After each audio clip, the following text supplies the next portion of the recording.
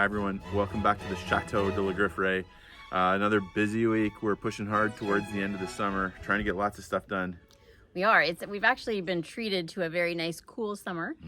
Maybe there's going to be some heat this week, but we've technically had kind of a rainy summer, which is great for painting and working, so we're not cooking to death. Tons done on the roof, and we've moved into the kitchen. Now, a lot of you guys love the kitchen, so we're back to the kitchen. Are you excited? Oh my goodness. Yeah, you know, we did what we needed to get done in order to use the kitchen our first 2 sessions, our first 2 years of sessions. But you know, sometimes you get kind of caught up on the next thing that we need to get done. And sometimes you just need to stop and go back and finish what we didn't get done. And that's kind of what this summer has been. And one has been cleaning up all the wires on the ceiling in the kitchen. Yeah, so hopefully you'll enjoy this video, and thanks for coming to watch.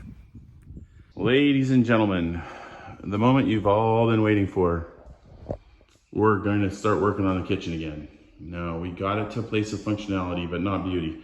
There's all these ugly cables, the roof is bad. And so our idea has been to tear out the whole roof and drywall. But, you know, having worked on a few things now, I'm starting to get some ideas, and one of our ideas, we gotta get rid of these cables. We gotta hide them. And again, previous electricians, before we took the house, were never gonna use this room, and so they just kind of ran wires wherever, and they look bad. So we wanna fix some things like that. We probably are gonna install some indirect lighting, just some, you know, some recessed lighting.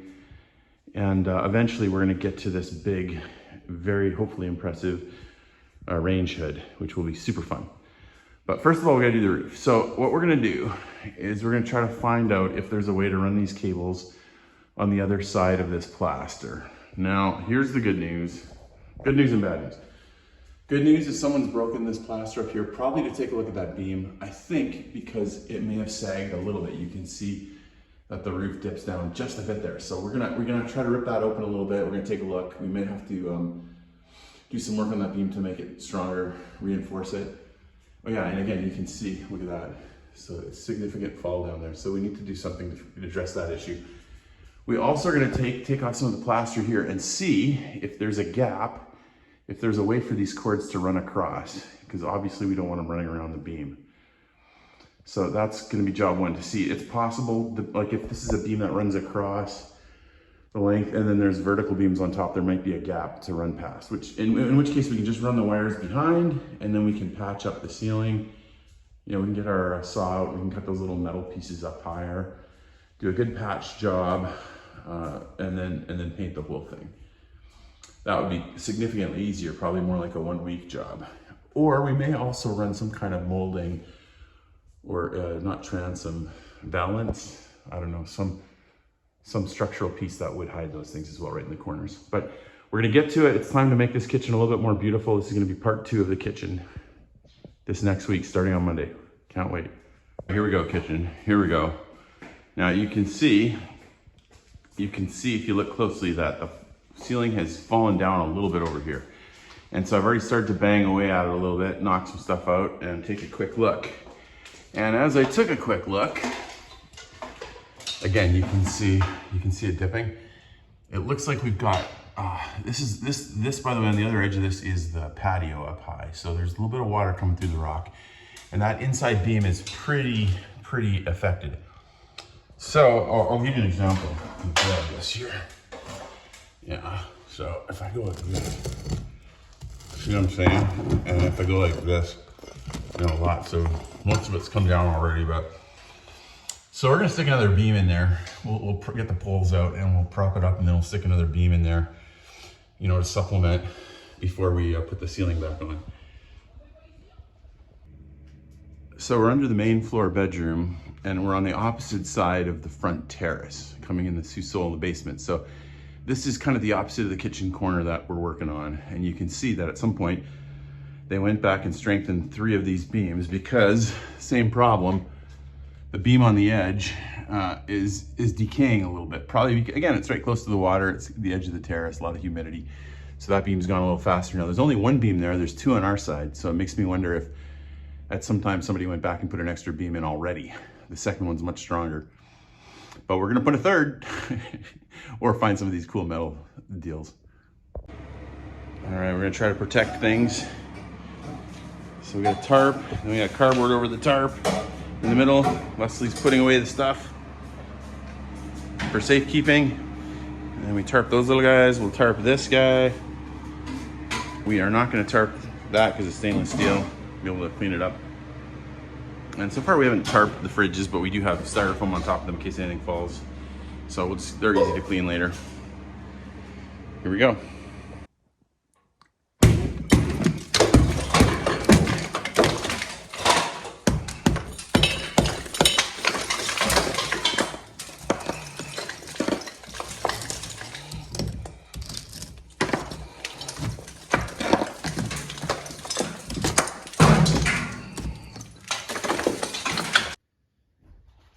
2 years ago, I painted out these doors, added a little gold trim, and removed them from their egg yolk status of where they were. You can see one window left up there that is still bright yellow that we have to find a certain ladder for to make that happen.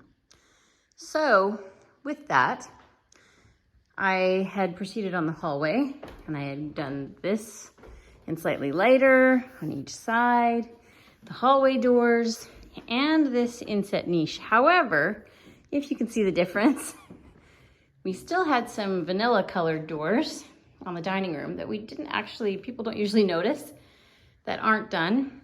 And they still had to get done, and they just haven't. As well as these doors that go into the morning room. Also haven't moved on to the new color scheme of sort of the linen and the cream. So it is time to finish up projects before we move on to new ones, and we'll have plenty of new ones coming. So here we go. I don't know how many of you may be painting this summer or have molding like these or doors 4 meters high. I guess they're not 4 meters, but they're very, very tall. However, in case you're painting your front door or something, just a couple tips. Always do your inset first. It helps make sure that these lines here are really clean with each other. It's much easier. I'm on the second coat of the cream, and now that I've done the first coat of the tan, that way I can make sure we have a nice crisp detail there. Another hint, I'm using a brush for this middle section, and you know, sometimes you may be tempted, especially with a space this big, to use a roller in that area. I would say don't, because that just leaves that sort of weird orange peel texture, and the higher end finish would definitely be paintbrush. So try to be very conscious of making sure you're going very straight lines up and down. None of this, definitely very straight with the wood grain, and that will give you a beautiful finish in the end. Last tip, I've told you this before, angled 2-inch brush, my fave. Love it. It's easy to get into these little edges and these corners, and that will make a beautiful finish. I think I dinged myself over here. And you'll have a lovely painted door by lunchtime.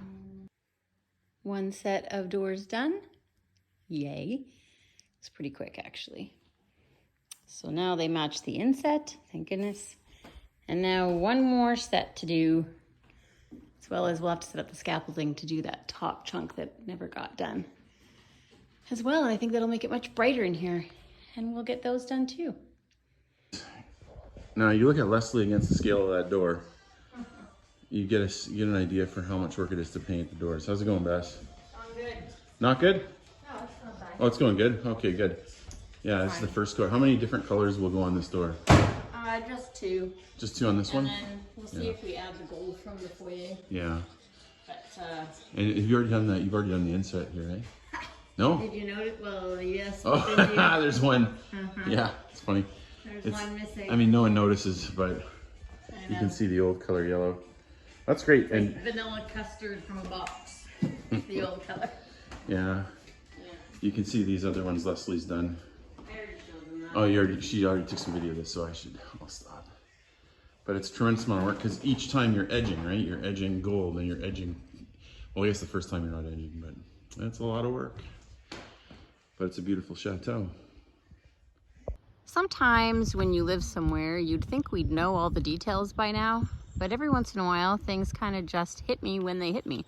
We're walking back up to the house right now, and I'm gonna try and zoom in.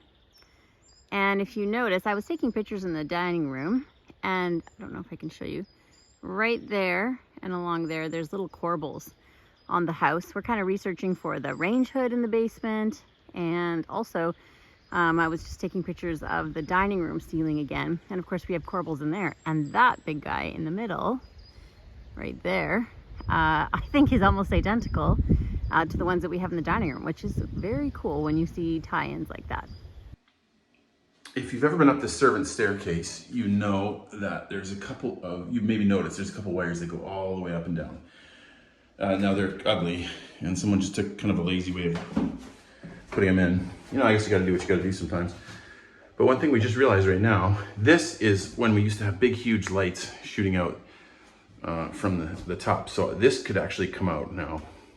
It's turned off with the breaker. This is an antenna wire, which we don't use anymore because we have Starlink. And we have, you know, internet and Wi-Fi these days. So I'm gonna cut this cable out and it'll make quite a bit of stuff. It'll make this hallway look quite a bit better. And there's how it runs here. It also runs into the kitchen, which again, we don't use cable anymore. So we're gonna take these out. It's a wireless world nowadays. And that will take care of one of the 4 cables. Now the other ones, I'm gonna break up that drywall. Again, I thought it was plaster, and some of it might be plaster, but over there, part of it was drywall, so that's easier for me to work with. I know how to do drywall. So we're gonna rip out some holes, then we'll run the cable up higher so you can't see it, and that will make for a much nicer looking ceiling. Then we'll patch the whole ceiling, keep going.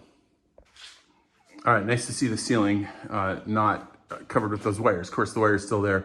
We've got them powered down now, and we're gonna go upstairs and detach them all, pull them through, and then we're going to wire them up behind the drywall as they should have been done, and then up so they're out of sight. So we're kind of fixing somebody else's work from about 20 years ago, but it'll work and it'll look much better. Okay, so we're talking, we decided to do some indirect lighting. Recessed lighting. Recessed lighting, pardon me. Yeah. And where are we putting it?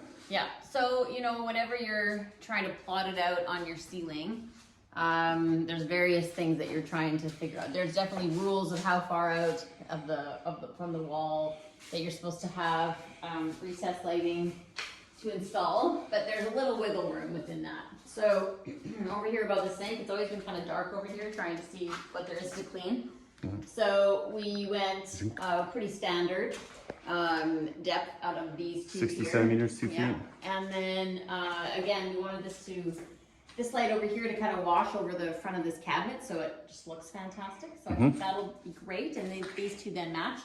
Over in the other chunk here, the numbers weren't quite as helpful, so we wanted to try and tweak this so that the pathway here in front of the door, the areas kind of that puddle on top of the work surface with the ovens and the counters that are over there, we needed some different, you know, sources of light. So I think we've got a nice square working in the middle here, and we tweaked it here and there, but I think we're good now. Yeah.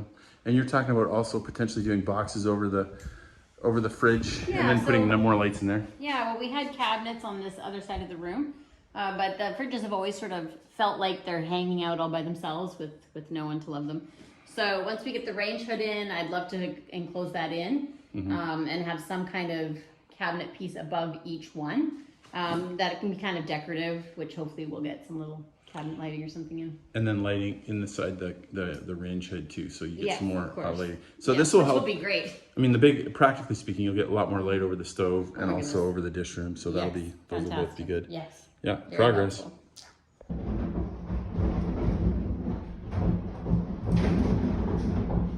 Sounds like they're making progress on the roof.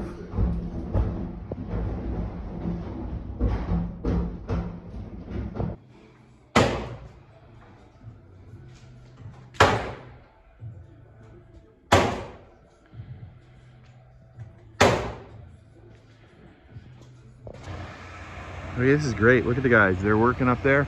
Now they got a brand new lift, and it's huge. It's huge. There goes the old one. They're putting the old one away. The old one's the one that we got stuck up on. And so our foreman lady, she said, we're getting rid of that one, we're getting a bigger one. And this new one, holy cow, it is just impressive as anything. Isn't that great? Look at the right side too. Doesn't that look terrific? The guys finished that. It's a beauty. I'll zoom out a bit and walk around so you can see. Hope this is not too bumpy. Hope this is not too bumpy.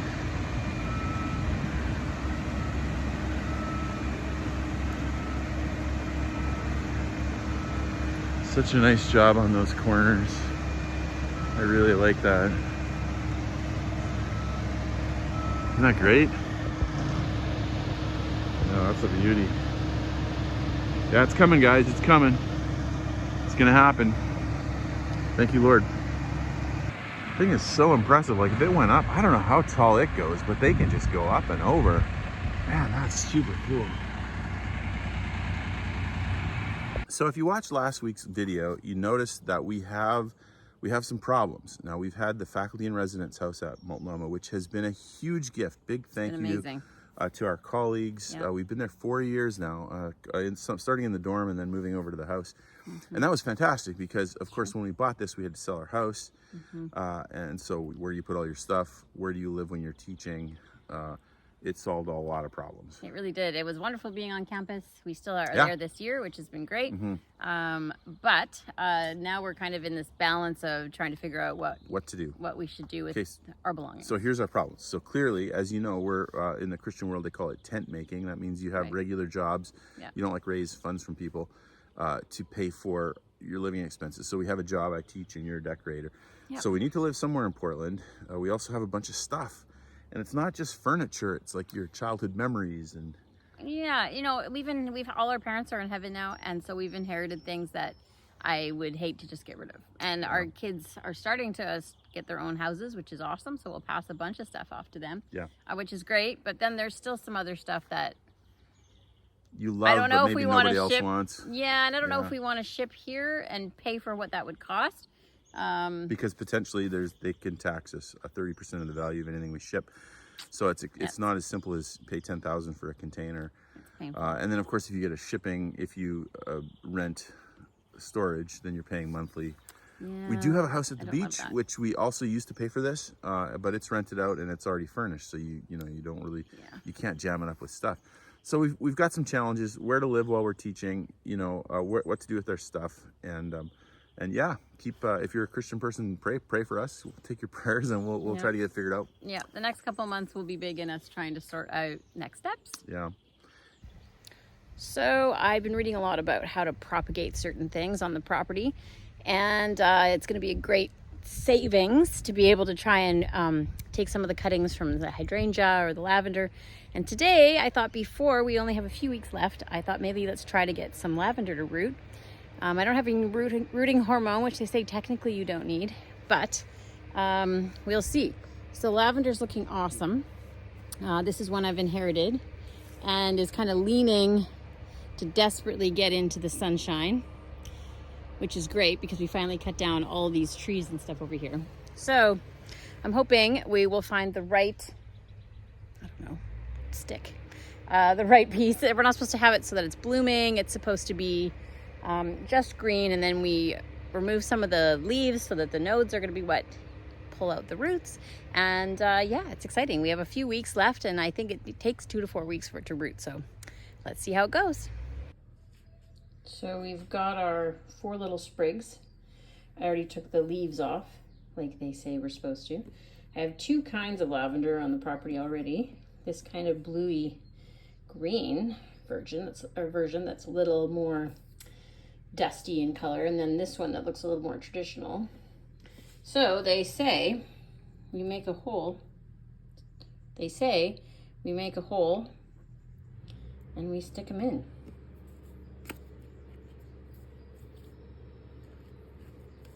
We'll see how this goes, huh? So you're supposed to leave several little nodes where the leaves were available to root from.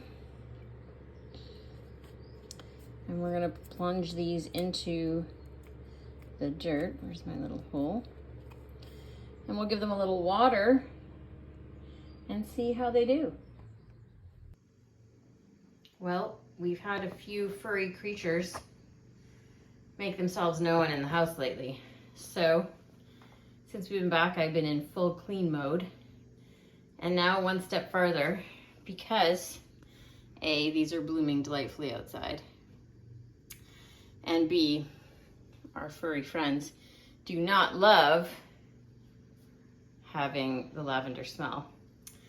This is our chance to put them in all the bedrooms. And even though I'm kind of allergic to them, I can't breathe as we speak, these guys will hopefully deter any wandering around of the house, at least, and we can pigeonhole them into a couple main spots so that we can take care of business. So until then, let the lavender spreading begin. Because they also don't like mint, wish you could smell it right now, it just smells fantastic, minty goodness.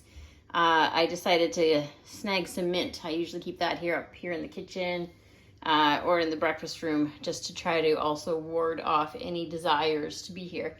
And of course, the obvious things of let's make sure no food is sitting out and things are tip-top clean. So we are on the way to getting back control of the house, and it's exciting. So anyway, there's my little lavender guys, because we need to propagate more so we can keep going with this and keep them out of the house.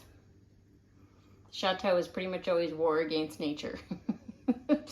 Let's keep them outside and we'll stay inside. Okay, day 2 kitchen, fun day ahead.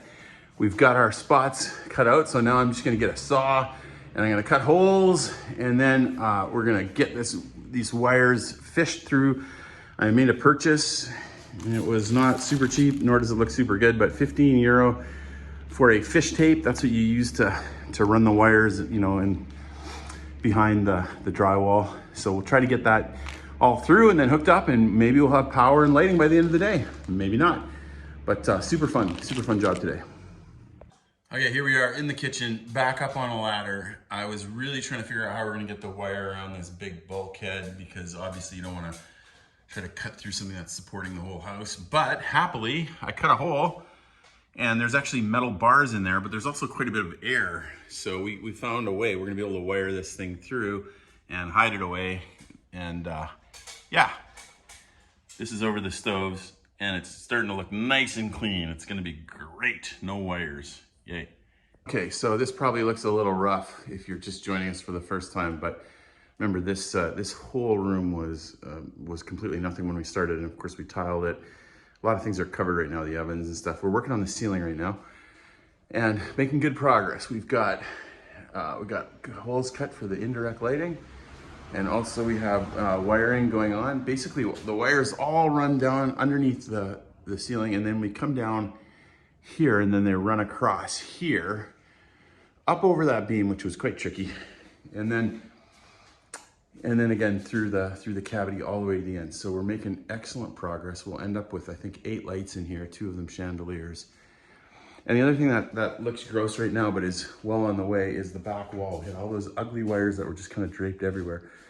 They're gone. Now it looks bad still because I got all the gashes in the ceiling, so we gotta go repair the ceiling after we finish the electrical, but we're on the way to making this a nice looking kitchen. We sure had to gash it here, didn't we? But fear not. Okay, it's a mess in here, but it's also the moment of truth. Every light and fixture has been rewired. I haven't put those behind a conduit, but everything's it's all connected.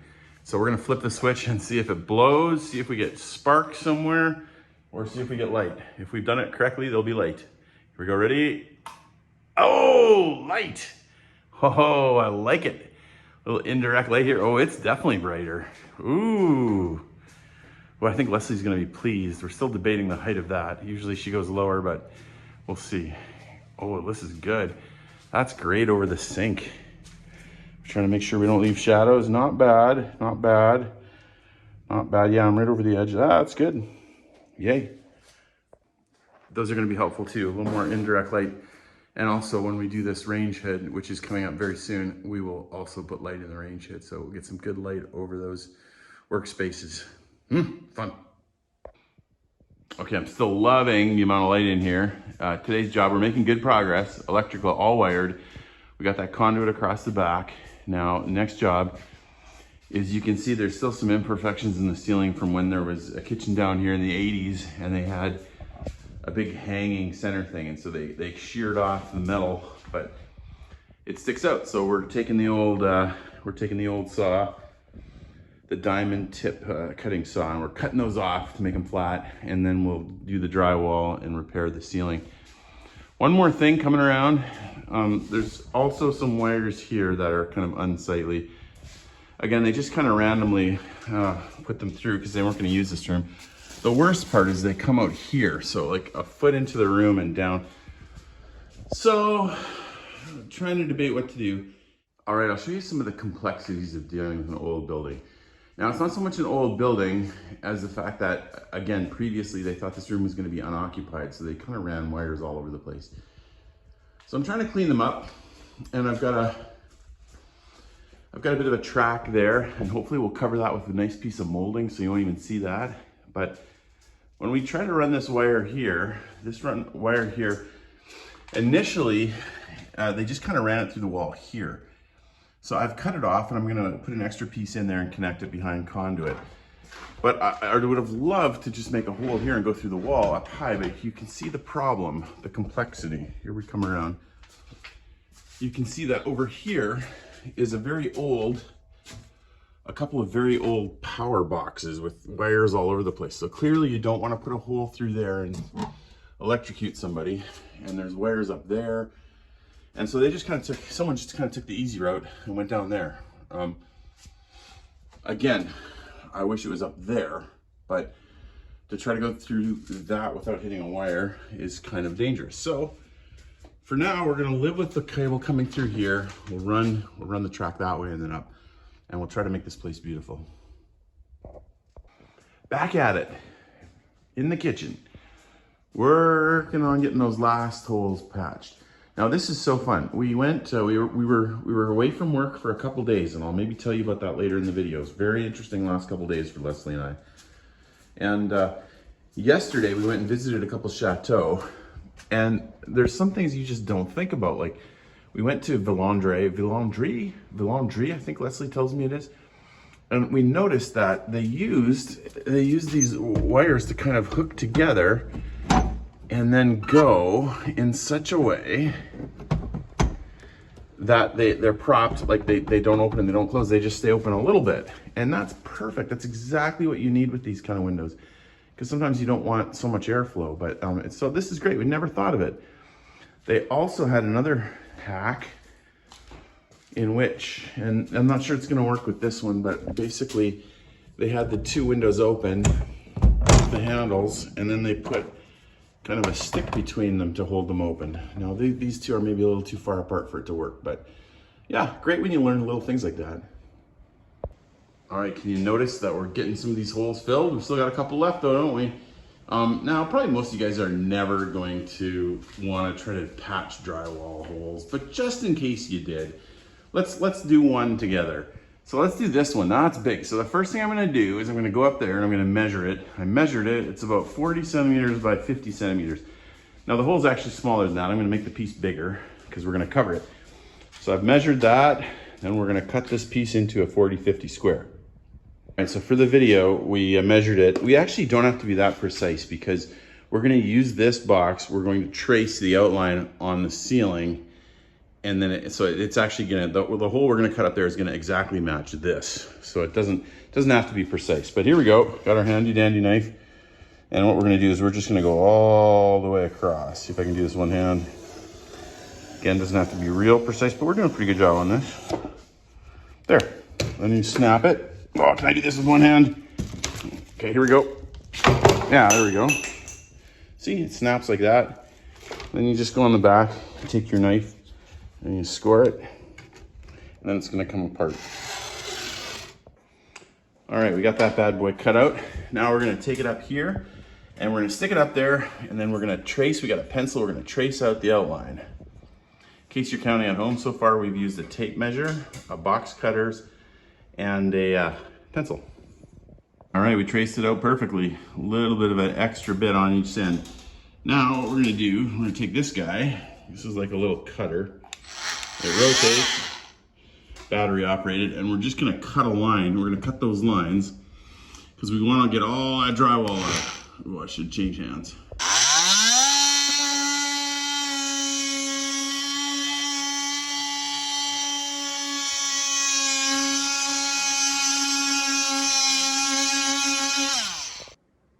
Well, that actually took a few minutes. That was a bit hard to chip out. It's a little bit more complicated than drywall because it's plaster and the pieces, they all go around those little boards in there. But we got it out and now we're ready to stick this guy in and screw it in. Now, happily, we've got a little piece of wood on this side and on that side, so we got something to screw it to.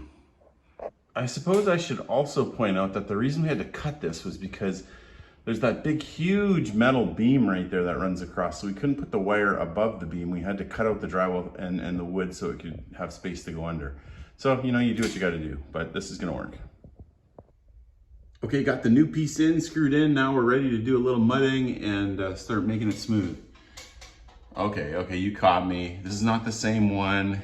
If you look closely, I got excited and went and finished it, forgot the video, so I'll show the second half on this one.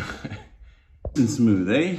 Now you'll notice some of these gaps are a little bit big, and so the drywall is sagging a bit, so I'm gonna have to put a little bit of mesh in there. But it's really quite an enjoyable process. I can do this with one hand, but you get the idea.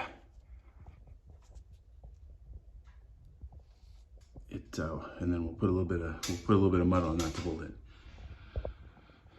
There she goes. That's pretty good. This is only the first coat, so we'll come back and sand that, and then do it again, and sand it, and do it again 3 or 4 times. It'll be perfect. I don't know if you're the same as me, but it seems that jobs always take a little longer than you want them to. I thought I was gonna be done yesterday. Not done, but now pretty much done.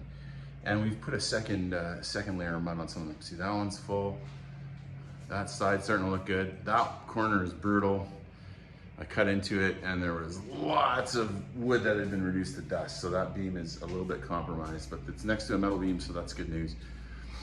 I mean, worst case down the road, if it continues to degenerate, you pull out the drywall and you put a new beam in. Not the end of the world. But in general terms, it's going well. Ceiling's starting to look good. And we have one big one left, the big long one. So we'll get to that right after lunch. All right, Leslie called me the other day. She said, red alert warning, red alert, get home quick. I said, what? And she said, the boxworms are back. Remember this hedge? Almost died on us. We cut half of it off and we poisoned them. Well, I started to see little brown spots appearing and we took a closer look and they're back. They're back. So good news, we caught it way earlier this time, like way earlier. And so, we're gonna spray them. We're spraying the insecticide, and because we did so much, we did like at least a full week of work on this hedge last year. We don't want to lose it, and so we're spraying it. Prayers up that the boxwoods go somewhere else. Boxwood moths. Check this out. I'll come outside. They got a big load. I'm doing the last piece. I'm coming around. Protect your eyes. Okay, here we go. We're going outside. You can hear the beeps.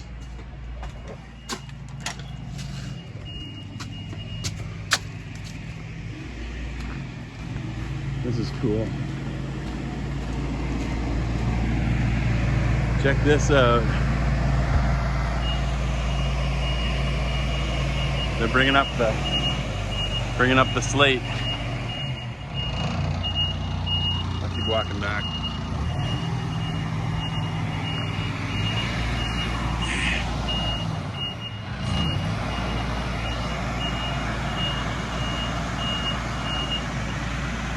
That's cool. They brought a bunch of slate over. That's really nice. Kind of fun to see both the trucks working. Oh, it's also fun to see that beautiful. That's great. That whole tower on the right is almost done, eh? Isn't that awesome? Got that metal gutter there. I know, I'm kind of hoping they're going to put some shingles over that, but it's good to have it there for sure. It looks awesome. Good job, guys. Working in the rain. High wind. Many thanks.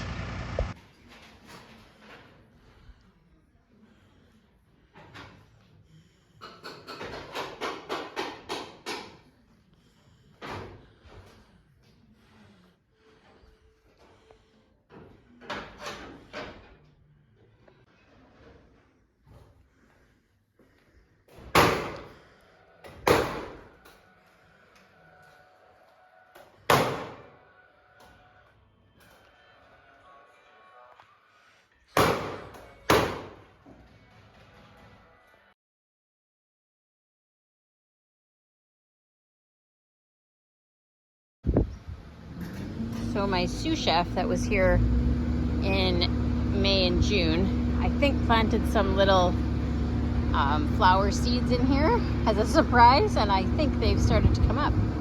They look lovely and cheery, very fun. Thanks, Pam. The joy of doing work outside is that you get rewards like these. Aren't they lovely? Look how big these guys are. Sorry, the leaves aren't happy because it's been so damp and rainy out here. There goes Bingy. And which has been great for a lot of the trees and the plants, because last year was a historic drought. So for us, this has been great. And for me, it rained all night. I can get back at weeding this last little bed, especially because we cut down all those trees from this little corner over there. So we still have to go and chip all of those. And next week's gonna be hot. So I figure let's get this last little spot done so that we can lay down cardboard and get it all weeded and finished. And then we'll be raring to go. We'll have got all the way around the chateau properly again this year with some good wood chips.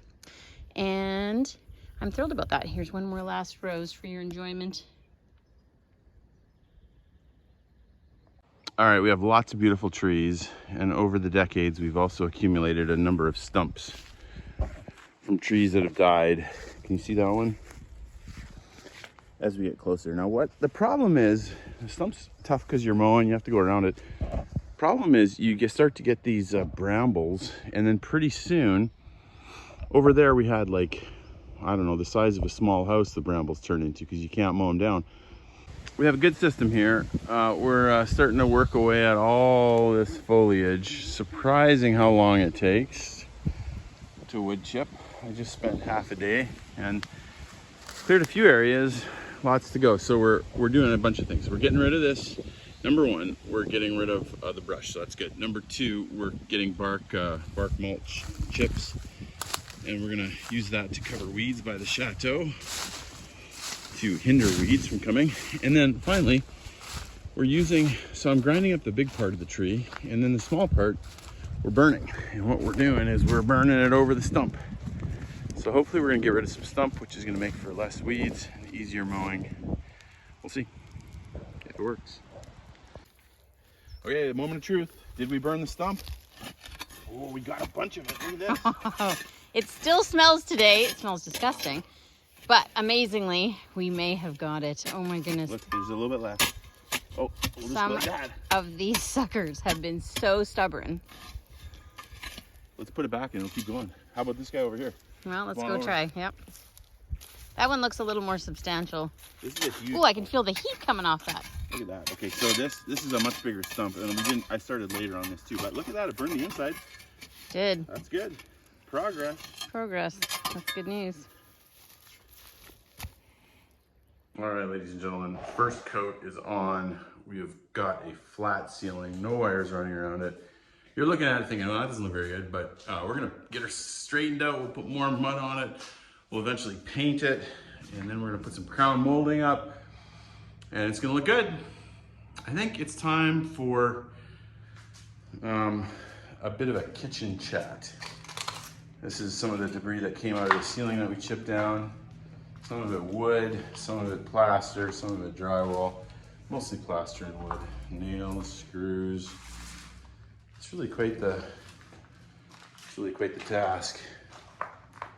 All right, time for a kitchen chat.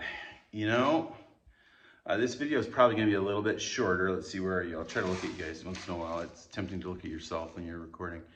This video is probably gonna be a little shorter than some weeks because we took a couple of days, and instead of working on stuff, we met with some folks. Now, it's great. We have a board of directors at our nonprofit, and it's great to have a board of directors because the board of directors, they know things you don't, and they catch blind spots, and they have different perspectives. And the folks on our board are really great. They're experienced, and they're smart, and they're foresightful. And they also know people, and they have connections to help out sometimes. And so one of our board members, a couple of our board members knew some friends that, you know, are pretty successful in business. And And I think they have a foundation to help out youth and education organizations. They said, hey, you should meet these guys and show what you're doing. And so we thought, well, that sounds like a good idea. And so sure enough, we had them over to the Château, and they were just fantastic folks, like so unpretentious and you know, willing to work, and they asked us questions about the program from night till dawn for a couple days. It was really an awesome experience. Well, the reason I'm talking about it right now is one of the things, you know, we were walking around and we walked by all those trees I cut the other day, and a bunch of other projects, and they said, well, who's doing that? And I said, well, that's me. And then Leslie was painting and cleaning, and they were a little bit surprised that we don't have people that we've hired to do some of these jobs, I think. Remember, they own companies that have, you know, thousands of employees, so they're pretty experienced with this kind of thing. And so we got to talking about it, and as the conversation was going, I talked about something that I've mentioned a couple of years ago, and I call it poor man syndrome, which I think some of us that grew up in poor families maybe experienced a little bit, is that you're used to not having money and you're used to being poor, and so you kind of, you know, you look, maybe you sometimes want to take the cautious route, and you're always careful with the money, and sometimes maybe even too careful. Like, for example, I don't make it, I'm a teacher, so I don't make a ton of money, and so I tend to go through life thinking my time's worth about 26 bucks an hour, you know, and in today's world, in some parts of the world that would be great, but in America that's not super great. And so, you know, if I see a job and I think, well, we'd have to pay someone $100 for that, I'm thinking, I could do that in 4 hours or 3 hours, and so I'll just do it. And that's good. But it was fun because we were talking to these friends, and the friends had a really good perspective. Like I said, you know, I was kind of talking about that, and then the wife stopped me and said, no, you're not worth $26 an hour. Your time is $200 an hour. You're worth $200 an hour. And I'm sitting there thinking in my head, I'm not worth $200, you know, nobody's gonna pay me that. But then a couple times in the next day or two, they kept coming back to that line and said, your time is $200 an hour. You're worth $200 an hour. And it was kind of like they were trying to say, you know, value your own time and be willing to contract out some things. And it's good. Now it's going to take a little while for me to learn this lesson. And there's going to be, I think, a fair amount of time where I'm still going to be doing this. And I'm okay with that. I don't mind doing a little hard work. I think it shows that you care about something when you work hard for it. But I want to be smart too, right? You don't want to be the guy that works all day on a project that would have taken a trade guy who's an expert, you know, comes in, does it in an hour. Well, that's just not smart. Like, you know, spending 8 hours for one. So we're gonna try to find a balance. We're gonna try to see the big picture. And yeah, in the meantime, we'll keep drywalling. I'm guessing by this point, you've probably had enough kitchen videos, so I'll keep this really short. Okay, we just did our second coat of mud, and it's starting to look more like a wall. Some of them are actually small enough that, you know, you just sand them, like these ones over here. You just sand them and they're good. But anyone that I had to re-mud and put the second coat on, I put like a little blue piece of tape so I can remember to come back to it and sand it. Then tomorrow, we'll come back and we'll sand again. And if it's flat enough to leave, we'll take off the blue tape. And if it needs another coat, we'll put another coat on and leave the blue tape. I think patience is needed to do this well. Though there's something, I don't know what it is. Maybe it's the brick on the side, or maybe it's just kind of the rustic feel of the chateau or the roof, but it just feels like the little imperfections are not a big deal down here. I don't know, we'll see. I think it's gonna be good. So see you later, guys. See you next week. Maybe you'll see some progress in the kitchen, and we'll be back with more work done, hopefully.